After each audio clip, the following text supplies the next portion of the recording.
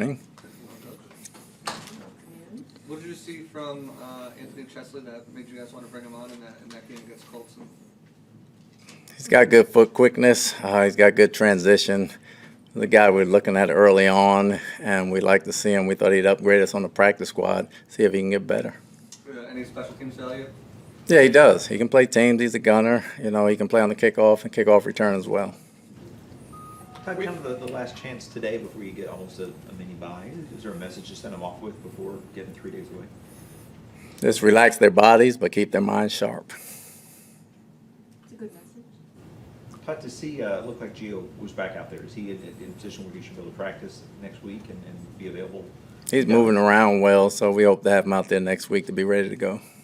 We haven't spoken to you since the final decision is made. What led to the decision to keep Suck up around? Consistency. Obviously, you know, Borregales had his chances. He missed 2 in the ball game. He's been more consistent. He's got a great leg and he has a chance, but consistency usually wins.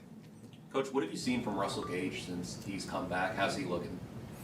He's getting better and better every day. We expect him to be on track to play and trending in the right direction. In that vein, the offensive linemen all look like they're out there participating for today. Wirfs, Gedeke, and Leverett, and Hainsey, and everyone. How's that coming along, that chemistry, that building, and everyone's going to be ready to go week 1?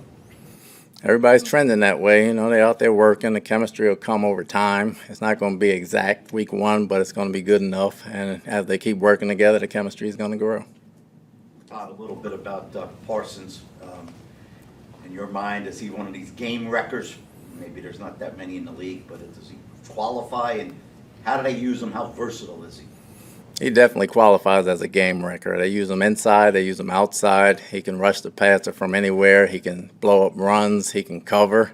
He does a lot of things. He causes a lot of problems. They cause a lot of mismatches for him. They get him in position where he's on the back a lot, but he can beat linemen as well. He's a true game wrecker. Is he the guy that Brady has to be aware of pre-snap all the time?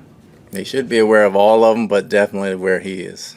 Speaking of pre-snap, all the things that Tom does pre-snap and his recognition of things, how much can that help in a new interior offensive line that's still trying to get chemistry with some younger guys in there?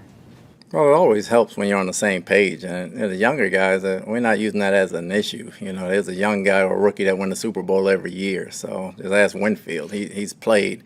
We're not using that as an excuse. It'll help communication-wise, but Goody and Joe do a great job of them guys knowing what they're doing, so we're not concerned with that. Or even not just younger, but guys that are playing. Robert Hainsey, this is his, second year, right? Like moving inside, right? And Luke Gedeke's also having to not only make the transition moving inside, but he's also, playing on a different side than he's used to playing, right? So everything is kind of, in a sense, backwards for him.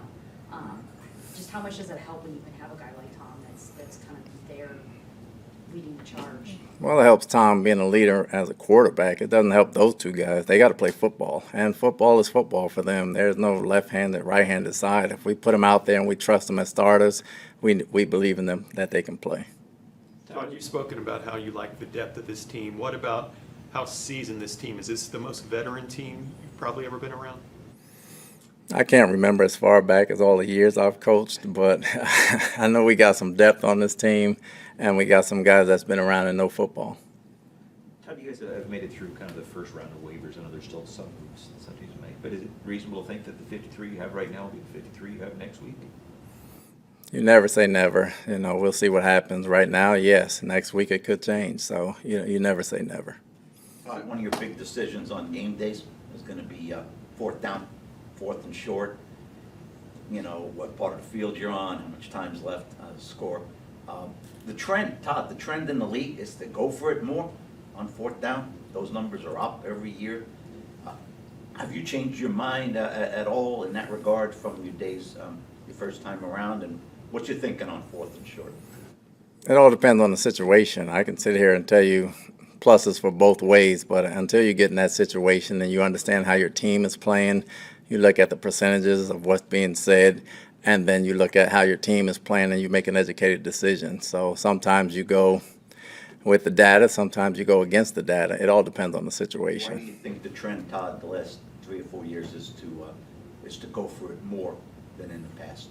I think it's been more successful right now. Anything 4th and 4 or less right now has been pretty successful. So once you cross the 50 and you're not quite in field goal range, if you feel confident enough in your defense and you feel safe, I guess some people go for it. A lot more people go for it than more before.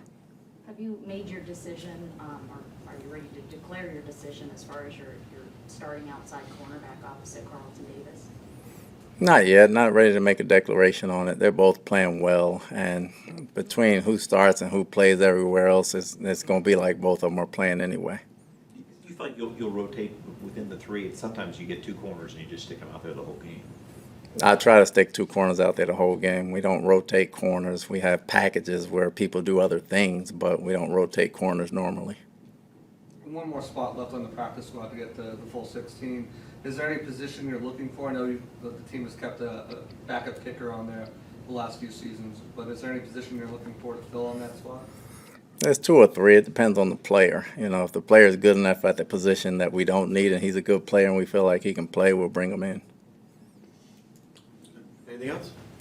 Thanks. Thanks, Todd. Yep.